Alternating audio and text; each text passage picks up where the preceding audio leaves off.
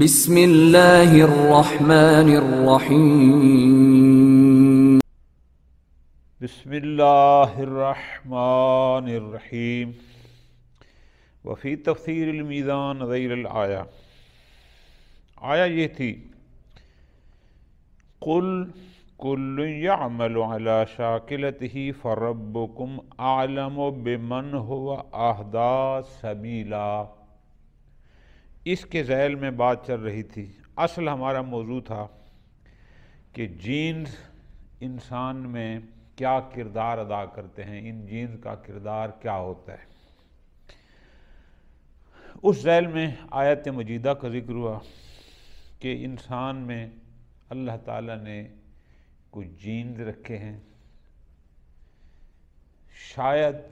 شاید عربی میں جین ایر کو کہتے ہیں، اس کی جمع آراک، جینز یعنی آراک. شاید یہ ہو، وہ اس لیے کہ ایک روایت نقل ہے کہ جناب محمد حنفیہ کسی جنگ میں شریک تھے. امیر المومنین علیہ السلام جنگ دیکھ رہے تھے، تو جناب محمد بن حنفیہ کی جنگ کا معیار وہ نہیں تھا جو امیر المومنین کو چاہیے تھا.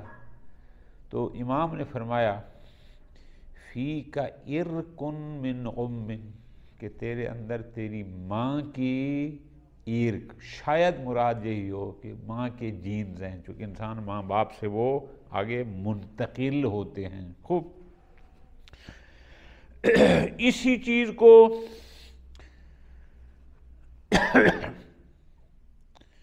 علامہ محمد حسین طباطبائی رحمۃ اللہ علیہ نے اپنی تفسیر المیزان میں یوں بیان فرمایا. فرماتے ہیں وَقَدْ تَحَقَّقَ بِالتَّجَارُبِ وَالْبَحْثِ الْعِلْمِ. بہت سارے تجربات اور علمی تحقیقات کے نتیجے میں یہ بات محقق ہو گئی، سامنے ہو گئی، یہ بات واضح ہو گئی کہ ان بین الملکات والاحوال النفسانیہ و بین الاعمال رابطۃ خاصہ، کہ ایک انسان میں جو ملکے ہوتے ہیں، قابلیت، فلاں میں یہ ملکہ ہے، فلاں مال جو اس کی باطنی ایک قابلیت ہوتی ہے، ایک صلاحیت ہوتی ہے، ملکہ انسان کے اندر ہوتا ہے. احوال نفسانیہ کیا مطلب؟ بزدل ہونا، دلیر ہونا، سخی ہونا، بہادر ہونا، سست ہونا، محنتی ہونا وغیرہ. وبین الاعمال، اور جو کچھ انسان عمل بجا لاتا ہے، جو اس کا کردار ہوتا ہے، ان تینوں کے درمیان ایک خاص قسم کا رابطہ ہوتا ہے. اس کی قابلیت، اس کا عمل اور اس کی حالت نفسانیہ. آگے سمجھا رہے ہیں اس کو. کہتے ہیں فَلَيْسَ يَتَسَاوَى عَمَلُ الشُّجَاعِ الْبَاسِلِ، ایک بہادر شجاع کا عمل، والجبان، اور ایک بزدل کا عمل برابر نہیں ہے.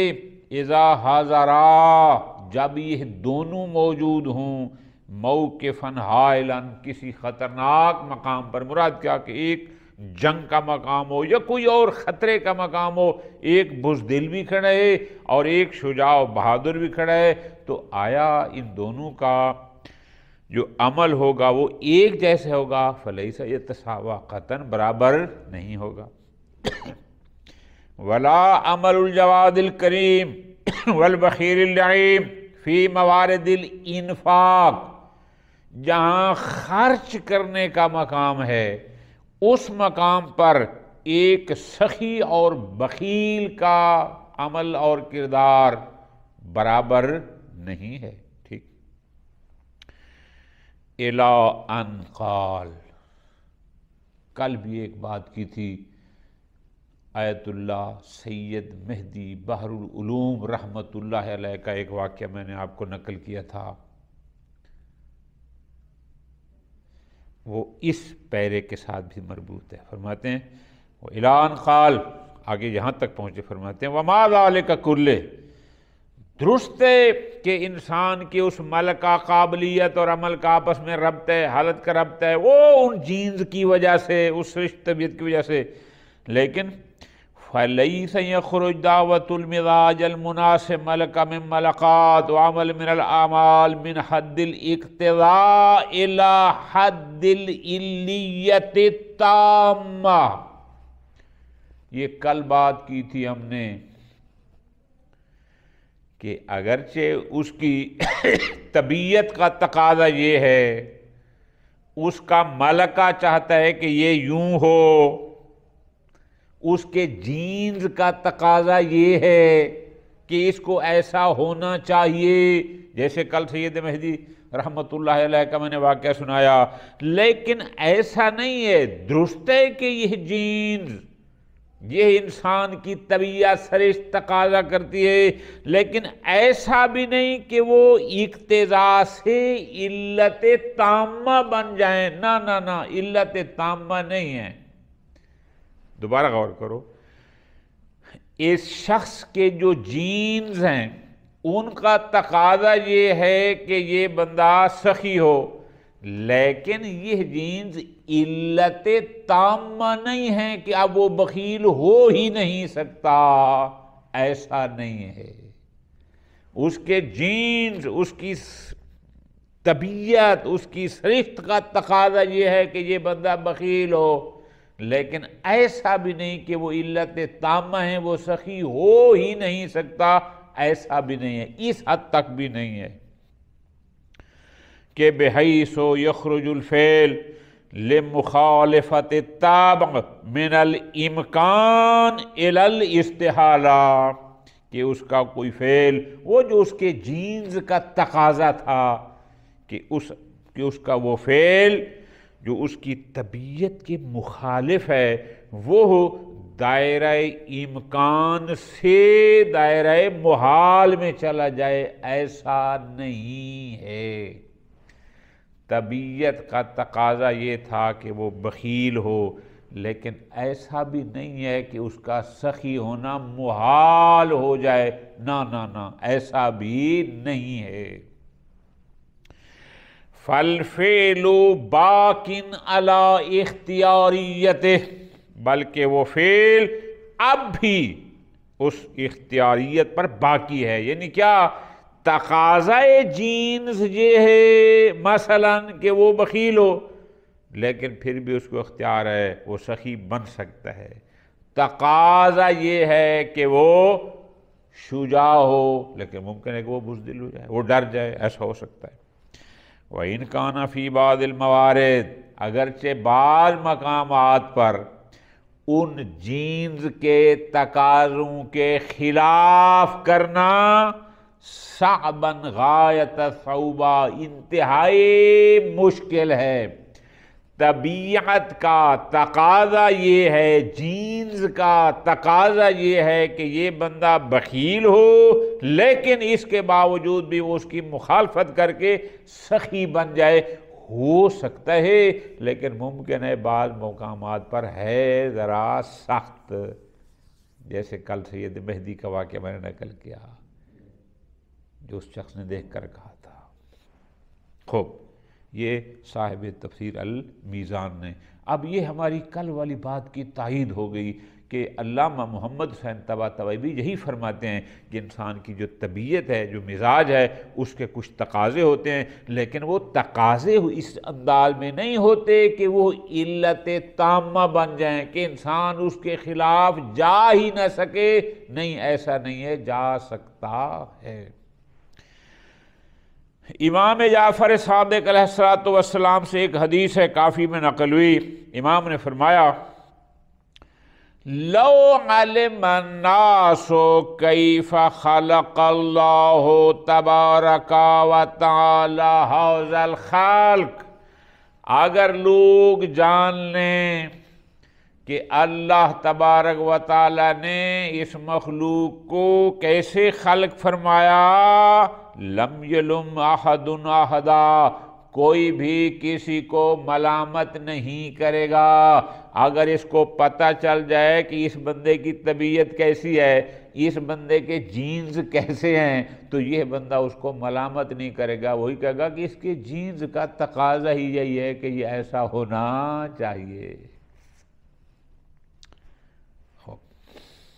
یہ بات ہو گئی، بس یہ ہماری کل والی بات کا ایک خلاصہ آ جا گیا کہ انسان کی جو طبیعت ہے، جو سرشت ہے، انسان کے جو جینز ہیں، ان کے اپنے تقاضے ہوتے ہیں، لیکن وہ تقاضے ہوتے ہیں لیکن وہ علت تامہ نہیں ہوتے۔ خوب، اب ہم آگے چلتے ہیں ایک مرحلہ۔ قسم العلاقات و ترابط۔ ہمارے جسم میں جیسے میں نے گزارش کی، جینز بھی ہیں، خلیے بھی ہیں، جسم کے بہت سارے پارٹس ہیں، ہر پارٹ کا اپنا ایک کردار ہے، اس میں خون بھی ہے، اس میں بہت ساری چیزیں ہیں۔ اب ہم نے دیکھنا ہے کہ ان کا آپس میں رابط کیسا ہے، الترابط، باہمی رابطہ، باہمی تعلق کس قسم کا ہے۔ بڑی پیاری بحث ہے، اگر آپ جوانان اس کو توجہ سے کچھ یہاں سے پڑھیں، پھر باقی چیزیں آپ نیٹ سے دیکھیں تو لطف آئے گا۔ فرماتے ہیں کل خلیۃ فی اجسامنا تنقسم الی اقسام، کہ ہمارے جسم میں جو سیلز ہوتے ہیں یہ مختلف قسم کے ہوتے ہیں، سارے ایک قسم کے نہیں ہوتے، ٹھیک۔ لکل قسم وظائف معینہ، اور ہر سیل کی اپنی ایک ذمہ داری ہے، اپنی ڈیوٹی ہے کہ تم نے یہ کرنا ہے، تم نے یہ کرنا ہے، تم نے یہ کرنا ہے، ٹھیک۔ لا یمکن التجاوز عنہا، جس کی جو ذمہ داری ہے، جو ڈیوٹی ہے، وہ سیلز وہی کرتے ہیں، وہ اس سے تجاوز نہیں کرتے۔ ولا تتدخل فی امور الاقسام الاخرى، اور دوسری قسم کے سیلز کے کاموں میں وہ دخالت، یعنی جو اس کا کام ہے یہ اپنا کام کرے گا، وہ اپنے کام سے کام، جو دوسرے سیل جن کی ذمہ داری ہے وہ کچھ اور کریں گے، کوئی اور سیل نہیں، ان کی اور ذمہ داری ہے، الی آخری، ہر ایک اپنے اپنی ذمہ داریاں ادا کرتا ہے، ٹھیک۔ درست ہے کہ انسانی جسم میں جو خلیے، جو سیلز ہیں، ان کی مختلف قسمیں ہیں، کوئی کسی دوسرے قسم کے دائرہ کار میں مداخلت نہیں کرتا، درست۔ وَتَكُونُ مَا عَدَمِ التَّدَخُّلِ، اس کے باوجود کہ اس قسم کے سیل اس قسم کے دوسری قسم کے کام میں کوئی مداخلت نہیں کرتے، کوئی اس میں دخل اندازی نہیں دیتے، لیکن اس کے باوجود بھی علی صلۃ مع سائر الاقسام، دوسری اقسام کے ساتھ وہ رابطے میں رہتے ہیں۔ ان سیلز کا کام ہے یہ کرنا، ان سیلز کا کام ہے وہ کرنا، لیکن یہ آپس میں دخیل نہیں ہے ایک دوسرے کے ساتھ، لیکن مربوط ہیں۔ ایسا بھی نہیں کہ ان کے درمیان کوئی تباین کلی ہو، کام ہر سیل نے، جو جتنے سیلز ہیں ہر کسی نے اپنا کرنا ہے، لیکن ان کا باہمی رابط ہوتا ہے۔ اللہ اکبر، بہت پیاری بات ہے، لطف آیا ہمیں پڑھتے ہوئے، آپ بھی اس کو بار بار پڑھیں تو آپ کو بھی لطف آئے گا۔ جب سیلز مختلف ہیں، کسی کا کام ہے موٹا کرنا، کسی کام ہے اس کو کمزور کرنا، کسی کام ہے اس کی قد بڑھانا، کسی کام ہے قد چھوٹی کرنا، کسی کا کوئی، کسی کا کوئی، ہاں تمام سیل مختلف اقسام اپنے اپنی ذمہ داریاں ادا کر رہے ہیں، لیکن اس کے باوجود بھی اپنا ان کا آپس میں رابط ہے۔ وہ رابط کہاں سے آیا؟ وَلِأَجْلِ إِقَامَةِ هَذَا التَّرَابُطِ، ان مختلف قسم کے سیلز کے درمیان رابطہ قائم کرنے کے لیے، ان کے مربوط رہنے کے لیے تصدر ہارمونات، کچھ ہارمون صادر ہوتے ہیں۔ وہ ہارمونز کیا ہیں؟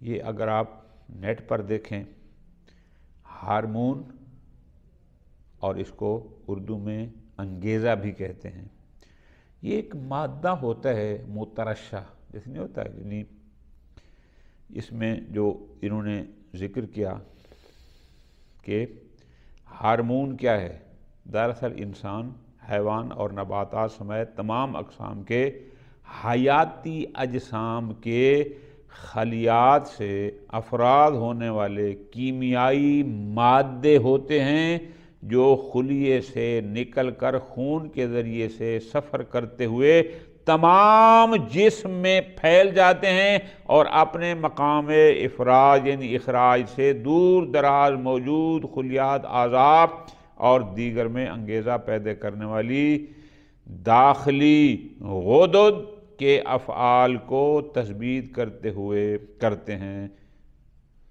اب ذرا غور کرنا ہے، آسان سمجھا دوں۔ مواد کا مطلب جب ہم کسی اپنی محبوب ڈش کا ذکر کریں تو ہمارے منہ میں تھوڑا تھوڑا پانی آ جاتا ہے، وہ بھی ایک مواد مترجہ ہے۔ تو اس قسم کے کچھ ہارمونز ہیں جو صادر ہوتے ہیں۔ اچھا، یہ کرتے کیا ہیں؟ وَهَذِهِ الْهَارْمُونَاتُ تَقُومُ بِوَاجِبِهَا الْمُتَعَيَّنِ لَهَا۔ یہ جو ہارمونز ہوتے ہیں، ان ہارمونز کی بھی اپنی کچھ ڈیوٹیاں ہوتی ہیں، اور وہ ہارمون پھر اپنی اپنی ذمہ داری کو ادا کرتے ہیں۔ اچھا، اس کا مطلب وہ جو ہارمونز ہیں وہ بھی سارے پھر ایک جیسے کہ نہیں ہیں، ان کی بھی آگے پھر مختلف ذمہ داریاں ہیں۔ ٹھیک، مثلا ان ہناک ہارمونات تراقب فعالیات جمیع الخلایا، کچھ ہارمونز ایسے ہوتے ہیں جو تمام خلیوں کی فعالیات کی نگرانی کرتے ہیں کہ جو خلیے انسان میں ہیں وہ سارے اپنی اپنی ذمہ داری صحیح ادا کر رہے ہیں یا نہیں کر رہے، وہ اس کی نگرانی کرتے ہیں۔ ہارمونات تراقب نسبت الملح والماء فی الدم، کچھ ہارمونز ایسے ہوتے ہیں ان کی ذمہ داری کیا ہے کہ وہ یہ چیک رکھتے ہیں کہ خون میں جتنا پانی ہونا چاہیے، جتنی نمک ہونی چاہیے، وہ مقدار پوری ہے یا پوری نہیں ہے، کم ہے یا زیادہ ہے، وہ ہارمونز اس چیز کی چیک رکھتے ہیں وغیرہ ذالک۔ اس طرح یعنی ہارمونز کی بھی پھر مختلف قسمیں ہیں، اور جیسے میں نے اوپر گزارش کی جیسے سیل ہیں، سیلز کی بھی مختلف اقسام لیکن آپس میں ربط، اسی طرح ہارمونز اس رابطوں کو برقرار رکھنے کی ذمہ داری ان ہارمونز کی ہے، اگرچہ ان ہارمون بھی پھر مختلف ہوتے ہیں، ہر ایک کی ذمہ داریاں علیحدہ ہیں۔ وَبِدُونِ هَذِهِ الْهَارْمُونَاتِ، اور اگر انسان میں یہ ہارمونز نہ ہوں، لا يمكن اقامت نظم متقن فی ادارت الجسم، جسم کو ادارہ کرنے کے لیے، جسم کو چلانے کے لیے ایک مضبوط نظام قائم کرنا ممکن ہی نہیں ہے ان ہارمونز کے بغیر۔ یہ ہارمونز وہ جو مختلف اقسام کے خلیے ہوتے ہیں انسانی جسم میں، یہ ان کے درمیان رابط کا کردار ادا کرتے ہیں اور پھر اپنی بھی ان کی ذمہ داری ہوتے ہیں، کس نے کیا کرنا ہے۔ فرماتے ہیں الہرمونات، یہ ہرمونات کی، یہ ہرمونز کیا ہیں؟ ہرمونز ہی المواد الکیمیائیہ، یہ ایک مواد کیمیائی مواد ہوتا ہے، جیسے میں نے گزارش کی، نیٹ پہ بھی آپ دیکھیں لکھا ہوگا کہ التی تستنعها الغدد ثم فی الجسم، کہ انسان میں جو غدودیں ہوتی ہیں وہ جسم وہ اس کیمیائی مواد کو بناتے ہیں۔ والتی تقرب، یہاں کتاب میں قاف کے بعد دال ہے، یہ اشتباہ ہے، یہاں را ہے۔ والتی تقرب فعالیاتها السحرا، اور ان ہارمونز کا جو کردار ہے یہ ہے جادو کے قریب قریب ہے، جیسے ہم اردو میں کہتے ہیں کہ فلاں کا جادوئی کردار ہے، یعنی وہ ایک عجیب و غریب کردار ہوتا ہے ان ہارمونز کا۔ کیوں؟ اذ تملک قوا رائحہ، ان ہارمونز میں ایک عجیب و غریب قوت ہوتی ہے، یعنی ان کے اندر ایک طاقت ہے ایسی عجیب، للتحکم فی عمل اجسامنا، جو ہمارے جسموں کے عمل پر حاکم ہوتی ہے، یعنی یہ ہارمونز ہمارے جسم سے ظاہر ہونے والے اعمال پر حاکم ہوتی ہے، وہ بتاتے ہیں یہ کرو یہ کرو یہ نہ کرو فلاں، حتی تجتاز مسیرۃ الحیات، تاکہ یہ زندگی کا راستہ عبور کر جائے انسان بکفاءۃ و اقتدار، یعنی اپنی قوت طاقت اور کفایت سے۔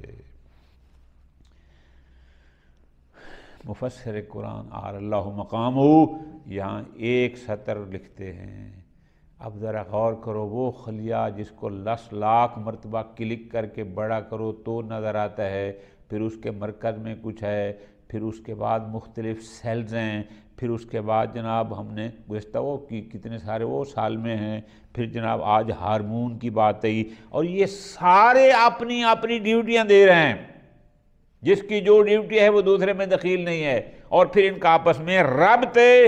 سبحان اللہ۔ مفسر قرآن فرماتے ہیں حل فی امکان صدفت القیام بہذہ الاعمال الحکیمہ، او الہادی سوچ رکھنے والے لوگوں، کیا یہ سب کچھ اتفاقاً ہو گیا کہ وہ سیل بھی بن گئے، وہ سال میں بن گئے، اور اس کے بعد جناب ان کی ترتیب بن گئی، اور اس کے بعد پھر ایک مرکز بن گیا، پھر یہ ہارمونز بن گئے۔ حل فی امکان صدفت، کیا ایک اتفاقی چیز ہے کہ امکان میں ہے کہ اس قسم کے اعمال حکیمہ، یعنی حکمت و دانائی اور ترتیب سے اتنے بہترین مرتب چیزیں یہ سب اتفاقاً ہو گئیں، کیا یہ امکان ہے؟ ایک سوال چھوڑ دیا، یا یوں کہہ دیں استفہام انکاری، یہ سب اتفاقاً ہو گیا یا کسی حکیم مطلق نے ان سب کو یہ ترتیب عطا فرمائی؟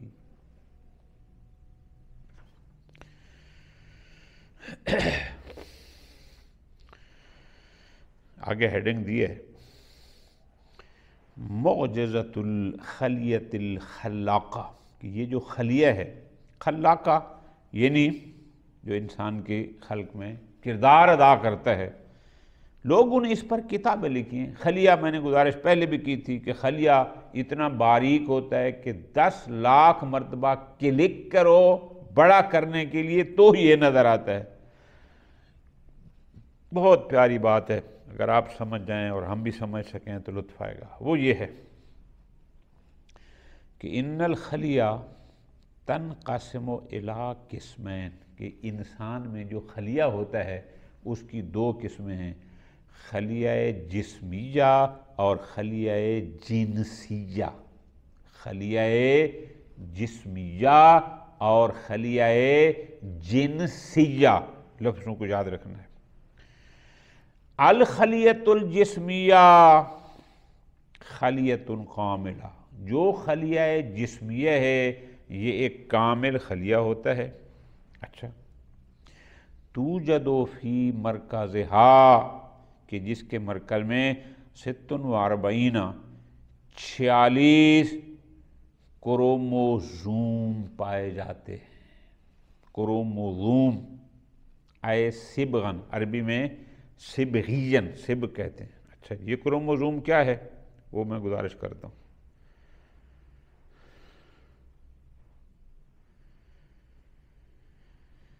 اردو زبان میں کروموسوم کا ترجمہ ہے لون جسمیہ، یا صرف لونیہ کے طور پر بھی کہا جاتا ہے۔ اصل میں یہاں 2 لفظ ہیں علیحدہ علیحدہ، کروم یعنی رنگ اور سم یعنی جسم، لون جسمیہ، ٹھیک ہے جی۔ اچھا، یہ خلیات کے مرکزوں میں نظر آنے والے ایسے سالمات کبیر کو کہا جاتا ہے جو ڈی این اے اور لحمیات سے مل کر بنے ہوتے ہیں۔ یعنی گویا یہ ایک دانے ہوتے ہیں چھوٹے چھوٹے، اگر آسان سمجھنا ہے تو پس ہم اب یوں کہتے ہیں کہ خلیہ کی دو قسمیں، خلیہ جسمیہ اور خلیہ جنسیہ۔ جو خلیہ جسمیہ ہوتا ہے وہ کامل ہوتا ہے، جس کے مرکز میں 46 کروموز پائے جاتے ہیں۔ وَأَمَّا خَلِيَّةُ الْجِنْسِيَّةُ، لیکن جو خلیہ جنسیہ ہوتا ہے فَتَشْتَمِلُ عَلَى 23 کروموسوم پر مشتمل ہوتا ہے۔ ٹھیک ہے جی، اب ہر انسان میں 23 کروموسوم ہیں، مرد میں بھی عورت میں بھی، ٹھیک، 23 جنسیہ۔ وَعَنْ طَرِيقِ الْاخْتِلَاطِ الْجِنْسِيَّةِ بَيْنَ الْأَبِّ وَالْأُمِّ، جب ماں باپ کا ملاپ ہوتا ہے تو اس ملاپ سے تشکل خلیۃ کاملہ، وہ ایک خلیہ کاملہ کو تشکیل دیتے ہیں۔ 23 باپ سے آ گئے، 23 ماں سے آ گئے، یہ بن گئے 46، اور یہ 46 خلیہ کاملہ ہے۔ سبحان اللہ، دونوں طرف سے آتے ہیں جی۔ قرآن مجید نے اس کو یوں بیان فرمایا۔ اچھا، کیا فرمایا قرآن مجید نے؟ سورہ طارق، فَلْيَنْظُرِ الْإِنسَانُ مِمَّا خُلِقَ، پس انسان کو دیکھنا چاہیے کہ وہ کس چیز سے پیدا کیا گیا ہے۔ خُلِقَ مِن مَّاءٍ دَافِقٍ، وہ اچھلنے والے پانی سے خلق کیا گیا ہے۔ یخرج من بین الصلب والترائب، جو پیٹھ اور سینے کی ہڈیوں سے نکلتا ہے۔ ذرا غور فرماؤ، خلق من ماء دافق، اچھلنے والا پانی۔ یقول الخبراء، ماہرین کہتے ہیں کہ ان دفق لازم من الجانبین، یعنی باپ کی جانب سے جو پانی نکلے وہ بھی اچھل کر، اور جو ماں کی جانب سے پانی نکلے وہ بھی اچھل کر۔ ٹھیک ہو گیا؟ اب اگلا پیرا ہے، اس کو سمجھنا ہے، ایک ایک لفظ سمجھنا ہے، اور لطف آئے گا آپ کو، اور توحید کی جو معرفت ہے اس میں اضافہ ہوگا بہت ترتیب سے، کہ ہر انسان میں 23 کروموز پر مشتمل ایک خلیہ جنسیہ ہوتا ہے، 23 مرد میں، 23 عورت میں۔ جب مرد اور عورت کا یا باپ اور ماں، ہمارے ماں باپ کا ملاپ ہوتا ہے تو میاب سے یہ بنتے ہیں 46، اور 46 یہ خلیہ جسمیہ کاملہ ہوتا ہے، ایک جسم بنتا ہے۔ ٹھیک ہو گیا؟ اب ہم نے اس اگلے مرحلے میں داخل ہونا ہے، پوری توجہ کرنا، ذرا اس کو پورا غور کرنا، کہ یہ ماں باپ کے ملاپ سے جو خلیہ جسمیہ کاملہ وجود میں آتا ہے وہ کیسے ہوتا ہے۔ ٹھیک ہو گیا؟ بہت غور۔ میں آسان ایک لفظ پڑھتا ہوں تاکہ بات سمجھ بھی آ جائے، اور پھر کوئی لکھنا چاہے تو اس کے لیے آسان ہو جائے۔ فرماتے ہیں ان نطفۃ الاب تشتمل علی 400 ملین حیوان منوی، کہ باپ کا جو نطفہ ہوتا ہے وہ 400 ملین، 400، 4 نہیں، 400، 400 ملین جرثوموں پر مشتمل ہوتا ہے نطفہ ہے، باپ کا جو نطفہ۔ ٹھیک ہو گیا؟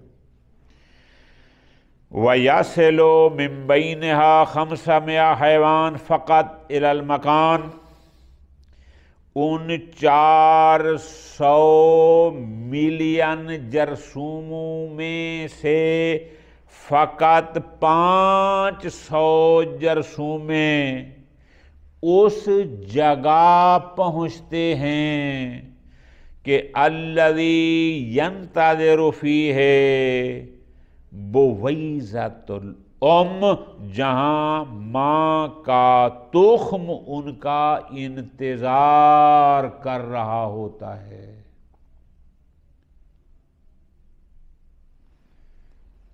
ایک ہوتا ہے رحم مادر، رحم سے نہیں، رحم مادر سے بار، فرماتے ہیں بویضۃ الام، 400 ملین جرثومیں جو باپ کے نطفہ میں ہوتے ہیں، ان میں سے 500 اس جگہ پہنچتے ہیں رحم مادر سے بار جہاں بویضۃ الام ماں کا تخم انتظار کر رہا ہوتا ہے ان کے آنے کا۔ والبویضہ ترحب القادم احسن ترحیب، اور وہ تخم مادر ان آنے والے جرثوموں کا کمال احترام کرتا ہے۔ ترحب، وہ خوش آمدید کہتا ہے، تو انتظار میں ہوتا ہے۔ ٹھیک ہو گیا جی، تخم مادر نہیں تخم، وہ انتظار، ان کو خوش آمدید کہتا ہے۔ باپ کے 500 جرثومے آ رہے ہیں، ادھر سے تخم مادر انتظار میں ہے، وہ ان کو خوش آمدید کہتا ہے۔ اچھا، پھر ان کا ملا والرحم، یہ تخم رحم سے باہر ہے، جو رحم مادر ہے، یستقبل ضیفا فی کل شہر، رحم مادر ہر مہینے ایک مہمان کا استقبال کرتا ہے۔ وہ رحم کیا کہتا ہے کہ اس مہینے کوئی مہمان میرے پاس آئے، مجھ تک پہنچے۔ وَيَفْرِشُ لَهُ الْوِسَادَ وَالسَّجَّادِيَّةُ الثَّمِينَةُ، بڑا قیمتی قالین بچھانا، یہ ویسے ادبی الفاظ استعمال کریں، اس کے لیے وہ جیسے کہتے ہیں نا ریڈ کارپیٹ، ایک بہترین اس کے لیے جناب قالین بچھاتا ہے۔ وہ قالین کیا ہوتا ہے؟ بالغدد والخلایا، یعنی وہی جو غدودیں اور خلی ہوتے ہیں۔ اب ذرا ترتیب سے یاد کرنا ہے، رحم ہر مہینے ایک مہمان کے انتظار میں ہے جس کے لیے وہ بچھونے بچھاتا ہے بہت قیمتی کہ کوئی آئے۔ ادھر سے 400 ملین جرثوموں میں سے 500 وہاں جاتا ہے جہاں تخم مادر جس کا انتظار کر رہی ہوتی ہے۔ ٹھیک، چلا گیا، وہاں پہنچا۔ وَفُجَاءَةً يَأْتِي الْخَبَرُ إِلَى الرَّحِمِ، رحم سے بار جہاں تخم مادر اور نطفہ اب نے ملاپ کرنا تھا، اچانک رحم کو یہ خبر پہنچتی ہے کیا؟ بِأَنَّ الزِّوَاجَ لَمْ يَتِمْ، کہ وہ جرثومہ اب اور تخم کیا ملاپ نہیں ہو سکا۔ زواج مراد شادی ہے، یعنی مراد کیا کہ وہ جمع نہیں ہو سکے۔ وَأَنَّ الضَّيْفَ مَاتَ فِي الطَّرِيقِ، رحم جو مہمان آپ کے پاس آنا تھا وہ راستے میں ہی فوت ہو گیا۔ مراد کیا کہ وہ جمع ہو کر رحم تک نہ پہنچ سکے۔ فَيَبْكَى الرَّحِمُ عَلَى هَذِهِ الْكَارِثَةِ، اور رحم اس حادثہ پر روتا ہے، اور وہ رونا دمن خون روتا ہے، لا دمن آنسو نہیں۔ وہ جو خاتون کو ہر مہینے خون آتا ہے، یہ اس کی بتا رہے ہیں کہ وہ خون کیوں آتا ہے، وہ یہ کہانی۔ اس لیے کہتے ہیں کہ جب عورت حاملہ ہو جاتی ہے پھر اس کو ماہواری نہیں آتی۔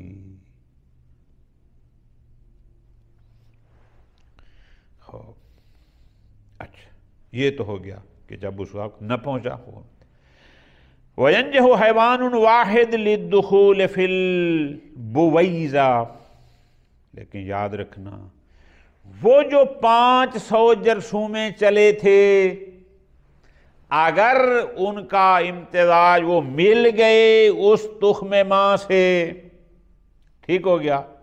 اب ذرا غور کرنا ہے، فرماتے ہیں ایک حیوان اس تخم مادر میں داخل ہونے میں کامیاب ہو جاتا ہے، جب کامیاب ہو جاتا ہے فَيَتَشَكَّلُ النُّطْفَةُ الْأَمْشَاجِ، اور پھر وہ نطفہ مخلوط ہو جاتا ہے، مل جاتا ہے اب تخم مادر اور وہ باپ کی طرف سے نطفے کے میں سے جو جرثومے تھے وہ آپس میں مخلوط ہو گئے۔ اور قرآن نے بھی اس کو یوں بیان فرمایا، اِنَّا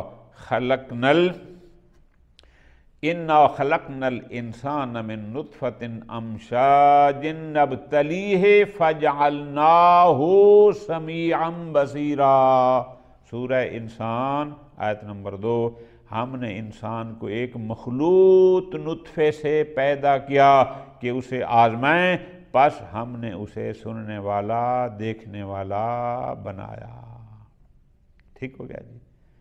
پس وہ جرثومہ پدر اور تخم مادر مل گئے، ان میں سے ایک جرثومہ داخل ہوتا ہے تخم مادر میں، یہ پھر جمع ہو جاتے ہیں۔ لیکن اگلے پیرے میں سبحان اللہ فرماتے ہیں چلو وہ جمع ہو گیا، اب آگے فرماتے ہیں لَمَّ يَلْتَحِمُ الْحَيْوَانُ الْمَنْوِي مَعَ بُوَيْضَةِ الْأُنْثَىٰ، جب وہ جرثومہ باپ والا ایک مل گیا بویضۃ الانثیٰ اس ماں کے تخم کے ساتھ، جب یہ ایک ہو گئے تدخل البویضۃ فی الحجاب، اب وہ تخم وہ جرثومہ پدر کے ساتھ مل کر ایک حجاب میں، ایک پردے میں داخل ہو جاتے ہیں۔ لا يمکن لأحد الاقتراب منها، اب کسی کے لیے یہ ممکن نہیں دیگر جرثوموں کے لیے کہ وہ ان کے قریب بھی نہیں جا سکتے۔ کیا مطلب یہ ہے کہ بعد ان تم الزواج، جب 500 جرثوموں میں سے ایک جرثومے اور ادھر تخم مادر کے درمیان ملاپ ہو گیا، جمع ہو گئے، یحرم علی سائر الاجانب، اب جو باقی رہ گئے ان پر حرام ہو گیا ان کے قریب آنا۔